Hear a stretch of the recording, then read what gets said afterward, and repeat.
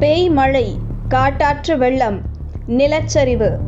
இமாச்சல பிரதேசத்தில் பேரழிவு, 50க்கும் மேற்பட்டோர் பலி. இமாச்சல பிரதேசத்தில் இடைவிடாது பெய்யும் மழை, காட்டாற்று வெள்ளம், நிலச்சரிவு என அடுத்தடுத்து நிகழும் இயற்கையின் கோர தாண்டவத்தால் அம்மாநிலம் பேரழிவை சந்தித்துள்ளது. இதுவரை 50க்கும் மேற்பட்ட மக்கள் பலியான நிலையில் ஆயிரக்கணக்கான மக்கள் தங்கள் உடைமைகளையும் இருப்பிடத்தையும் இழந்து பரிதவித்து வருகின்றனர்.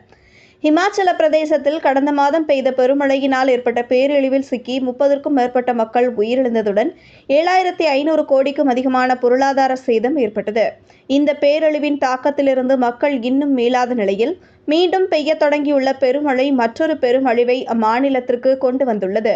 புகழ்பெற்ற சுற்றுலா தலமான சிம்லாவில் திங்கட்கிழமை பெய்த பெருமழையினால் ஏற்பட்ட நிலச்சரிவில் சம்மர் ஹில் பகுதியில் கோயில் ஒன்று இடிந்து விழுந்தது. இதில் சிக்கி 9 பேர் உயிரிழந்தனர்.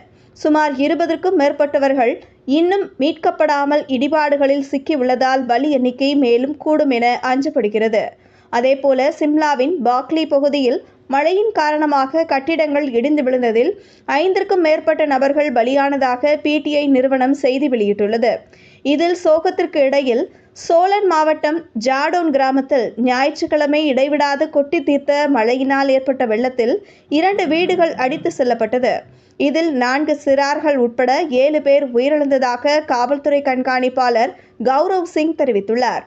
இதேபோல் சம்பா, காங்க்ரா, குலு, மண்டி, சிம்லா, லாஹவுஸ், ஸ்பிட்டி மற்றும் கின்னவுர் என பல மாவட்டங்களின் மலைப்பகுதிகளில் இடைவிடாது கொட்டி தீர்க்கும் மழையால் சுனாமி போல் ஏற்பட்ட திடீர் காட்டாற்று வெள்ளம் கண்ணில் பட்ட குடியிருப்புகள், மரங்கள், கால்நடைகள் என அனைத்தையும் வாரி சுருட்டி சென்றுவிட்டது.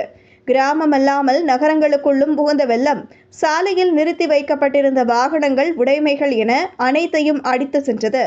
மாநில அவசரகால செயல்பாட்டு மையம் வெளியிட்ட தகவலின்படி நிலச்சரிவு காரணமாக சுமார் 752 சாலைகள் துண்டிக்கப்பட்டுள்ளன.